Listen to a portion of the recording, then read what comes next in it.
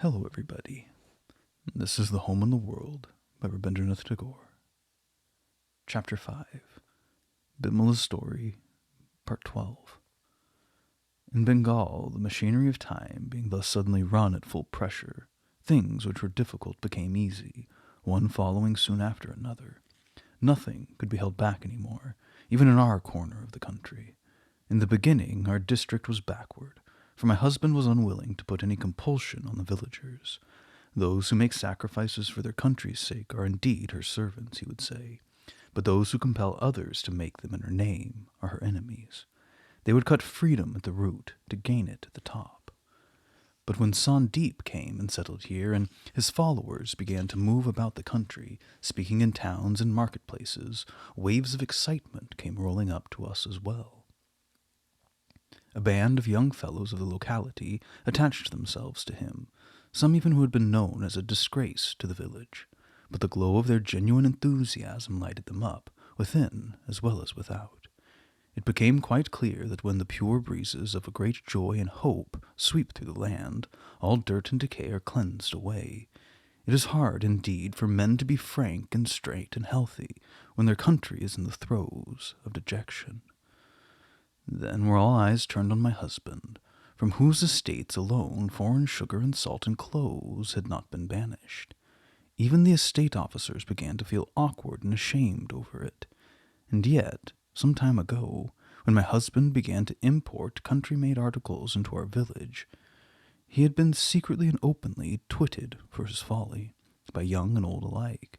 When Swadeshi had not yet become a boast, we had despised it with all our hearts.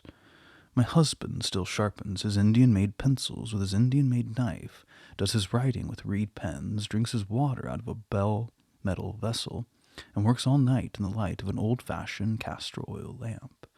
But this dull, milk-and-watery Swadeshi of his never appealed to us. Rather, we always felt ashamed of the inelegant, unfashionable furniture of his reception rooms, especially when he had the magistrate or any other European as his guest. My husband used to make light of my protests. "Why allow such trifles to upset you?" he would say with a smile. "They'll think us barbarians, or at all events wanting in refinement.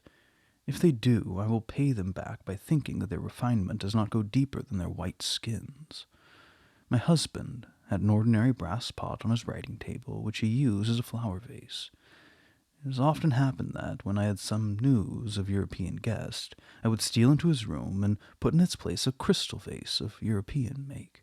"Look here, Bimala," he ejected at length. "The brass pot is as unconscious of itself as those blossoms are. But this thing protests its purpose so loudly, it's only fit for artificial flowers." The Bhararani alone pandered to my husband's whims. Once she came panting to say, "Oh, brother, have you heard? Such lovely Indian soaps have come out. My days of luxury are gone by. Still, if they contain no animal fat, I should like to try some." This sort of thing makes my husband beam all over, and the house is deluged with Indian scents and soaps. Soaps indeed. They're more like lumps of caustic soda. And do I not know that what my sister-in-law uses on herself are the European soaps of old, while these are made over to the maids for washing clothes? Another time it is, "Oh, brother dear, do get me some of those new Indian pen holders." Her brother bubbles up as usual, and the Bhararani's rooms become littered with all kinds of awful sticks that go by the name of Swadeshi pen holders. Not that it makes any difference to her, for reading and writing are out of her line. Still, in her writing case lies the self-same ivory pen holder, the only one ever handled. The fact is, all that was intended as a hit at me, because I would not keep my husband company in his vagaries. It was no good trying to show up my sister-in-law's insincerity.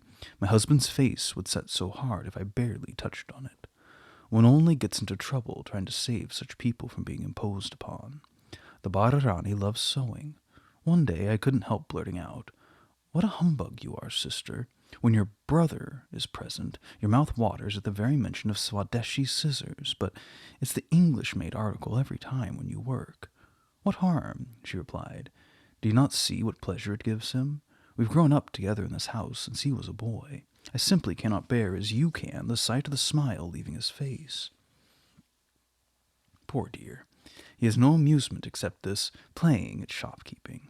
You're his only dissipation, and you will yet be his ruin. Whatever you may say, it's not right to be double-faced, I retorted.